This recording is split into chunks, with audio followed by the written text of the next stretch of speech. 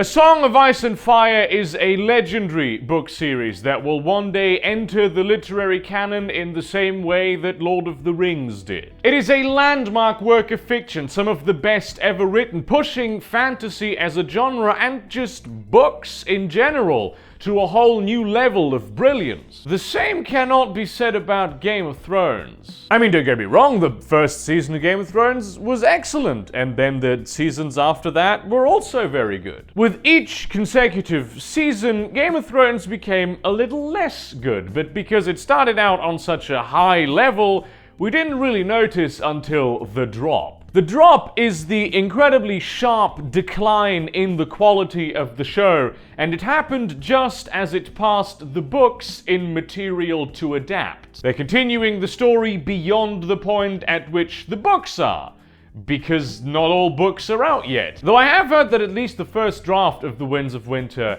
is actually finished, and George R.R. Martin has been working on like the drafts after that to pass along to the editors. So maybe we will see a release late this year, early next year? Probably best not to get our hopes up. As terrible as The Drop was for people who enjoyed watching the show, it allowed us to diagnose an issue that many of us had suspected was a problem before. Primary reason why the show Game of Thrones became shit was David Benioff and D.B. Weiss. But come on, Burger, you might say, fucking Benioff and Weiss were the showrunners from the very beginning, back when the show was really good. How can they be the problem? Well, yeah, they weren't the problem back then, because there wasn't a problem. Benioff and Weiss are masters at one very particular thing: adapting material. They've done some great stuff. They've brought the stories of exceptional storytellers to the big screen in a very big way. That's why they got the gig in the first place. George R.R. Martin, who has a lot of experience in working with television, told a lot of people to fuck off with their adaptation ideas until Benioff and Weiss came along with ideas that he actually liked. They are, however, not good storytellers.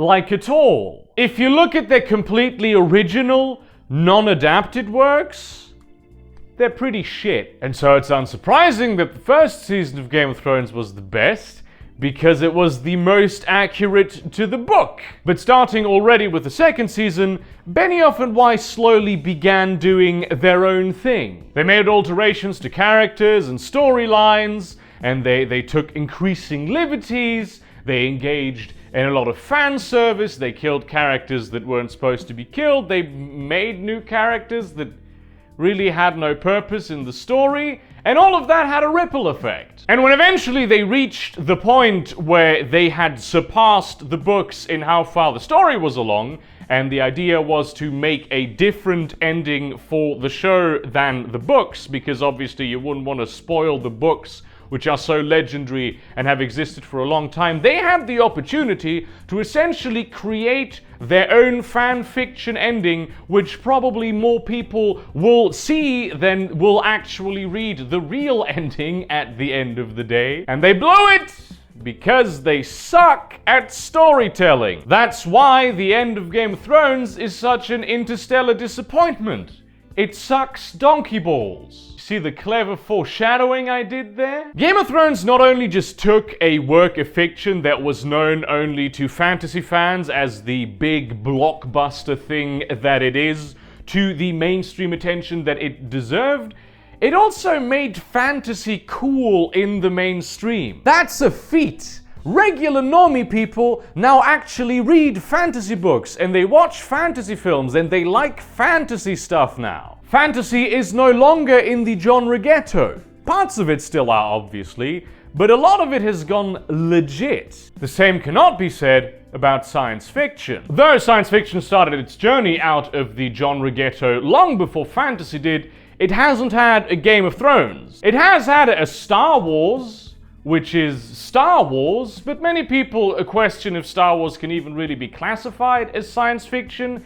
And Star Wars is only very recently becoming a thing, and only because it's different than what it was supposed to be, and it's still sort of in that nerdy corner, and it's, oh, you like Star Wars? No, I'm cool, I watch Game of Thrones. But also sci-fi has a Game of Thrones that's way better than Game of Thrones will ever be. It's just not nearly as successful. It's called The Expanse, and not only is the book series one of George R.R. Martin's personal favorites, but the show has been described as Game of Thrones in space. The Expanse is a dramatic, political, science fiction space opera of astounding proportions, and I'm talking about both the books and the show. I must admit that I have only started reading these books recently after I had seen the 3rd season of the show, because my reading list is very long, and they were on there, but now I've pulled them ahead because I'm already invested in the universe.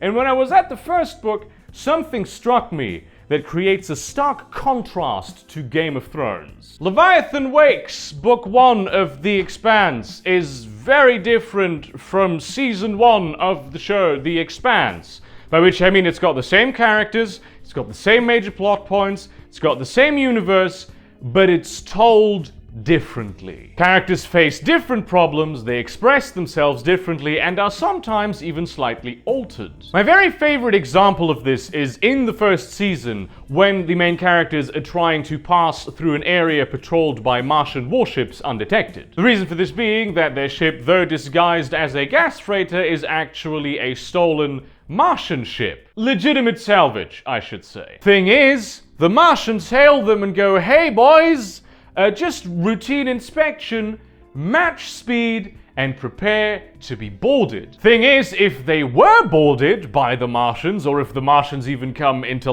close range, they would immediately recognize that this is in fact a stolen Martian warship. So what do? Well, the pilot is luckily a veteran of the Martian Navy, and he remembers a protocol that Martian Black Ops groups used to make themselves known to the Navy in a subtle way. When he was flying for the Navy, there was this time where they were doing patrol duty, and the captain said, "Look, that ship on the radar, we're gonna hail it, and we're just gonna do a routine inspection." So they hailed the ship, and the captain of that ship just kept on rambling, just bollocks, bullshit, all of the stuff, just random word salad, things that he didn't really understand, ending in the word donkey balls. Following this, the captain of the Martian ship said, "Yeah, look, we're just gonna leave those people alone and let them do their thing." So what the main characters now need to do is find the folder on their recently, legitimately salvaged Martian warships that outlines the code words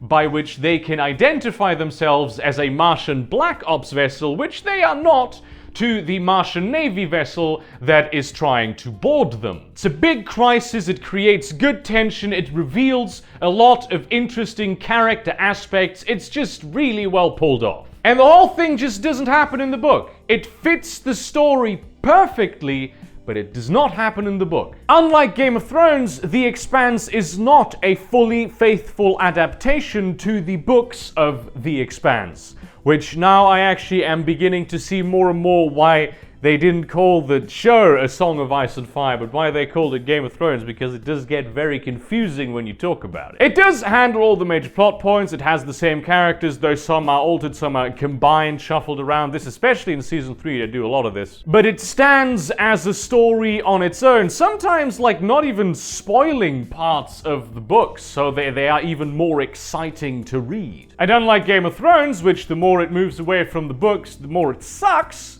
this was great from the beginning, and it was away from the books from the beginning. And the reason for this is very simple. The showrunners of The Expanse, Mark Fergus and Hawk Ostby, not sure if you pronounce those names that way, are actually, unlike Benioff and Weiss, very good storytellers. They understand the story, the characters, their arcs, the themes of the universe, and the actual science behind The Expanse, because it's a science fiction show. They can take the liberties that they take because they actually understand the source material that they are adapting. And that is why The Expanse is better than Game of Thrones, and why it always will be. The main problem that the Game of Thrones show has is just not a problem in The Expanse. But here's the thing, even though The Expanse is already a way better show, it almost got fucking cancelled. I mean, it was being made by Sci-Fi, which is always like a terrible, terrible sign for any science fiction show, or any show for that matter. But the problem wasn't even the quality of the series, but mismanagement of the distribution rights. Which of course is part of the reason why the show is not as well known as it ought to be, but I mean, Game of Thrones is an HBO show, and they're notoriously difficult to come by, unless they're like super popular. So, you know. But there was a petition, it got over 100,000 signatures, including, by the way, the signature of George R.R. Martin himself, because he's a big fan of both the books and the show, as I have already mentioned. And the show was purchased by Amazon, which is now doing the later seasons. Which, by the way, that is probably the only time that has ever worked. So I have high hopes of The Expanse not only continuing to be better than Game of Thrones, but actually like continuing to be, and potentially one day gaining the mainstream recognition that it deserves. So go watch it. Thank you very much for watching this video. Like, comment, subscribe, share it to your relevant communities, all of that stuff. Consider supporting me on Patreon or Subscribestar, which I just noticed I haven't looked at my Subscribestar in a long time. I probably should do that. Consider purchasing some of the merchandise that I have. It's very good. There might also be some alterations to the merch store soon. I'm trying to make it like easier for you people to access. Also look forward to the book I have coming out, and about which I will talk more on Wednesday. And in that spirit, go watch The Expanse or read the books.